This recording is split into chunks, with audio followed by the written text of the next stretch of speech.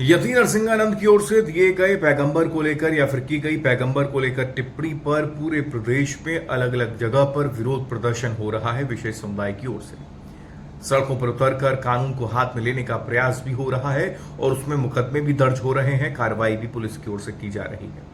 यति को भी दरअसल डिटेन किया गया।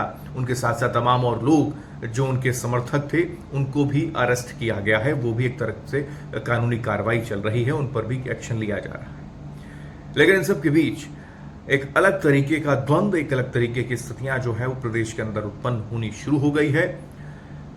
लेकिन इस बीच योगी आदित्यनाथ का एक बयान सामने आ गया जहां पर उन्होंने साफ तौर पर सही लहजों में ये कहा कि सभी धर्मों को लेकर यह समझना जरूरी है कि किसी भी धर्म का अपमान नहीं होना चाहिए। लेकिन इसके साथ साथ इनडायरेक्टली यति के बयान को, इनडायरेक्टली यति के कहे गए जिक्र को दरअसल वो कहीं ना कहीं कुछ हद तक साथ देते हुए नजर आए। वो ऐसे साथ देते हुए नजर आए। उन्होंने कहा कि हमारे हिंदू धर्म पर, हमारे सनातन पर कई बार कई विशेष समुदाय के लोगों की ओर से आघात पहुंचाने का प्रयास किया जाता है, उन पर टिप्पणियां की जाती हैं, देवी देवताओं का अपमान होता है। लेकिन तब ऐसे सड़कों पर उतारकर अराजक तत्व की तरह हमारे हिंदू भाई बहन बिहेव नहीं करते, जैसा कि पैगंबर को की गई टिप्पणी को लेकर इस तरीके से विरोध प्रदर्शन की तस्वीरें या फिर ये कहें कि हिंसा करने का प्रयास जो है वो किया जा रहा है।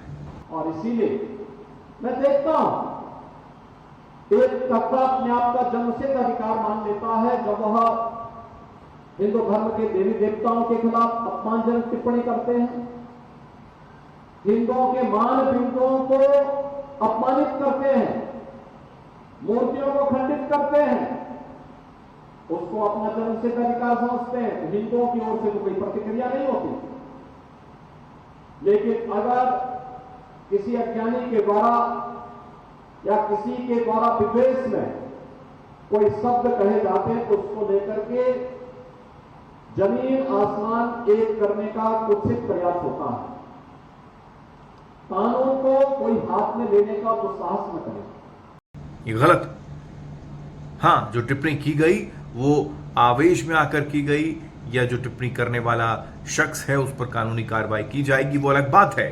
लेकिन ऐसा कभी नहीं देखा कि हिंदू देवी देवताओं का अपमान अगर कोई कर रहा है तो फिर हिंदू भाई हमारे सड़कों पर उतरकर हिंसा को हाथ में लेने का प्रयास करते हैं। यानी कि वो सच्चाई से रूबरू करवा रहे थे सूबे के मुखिया।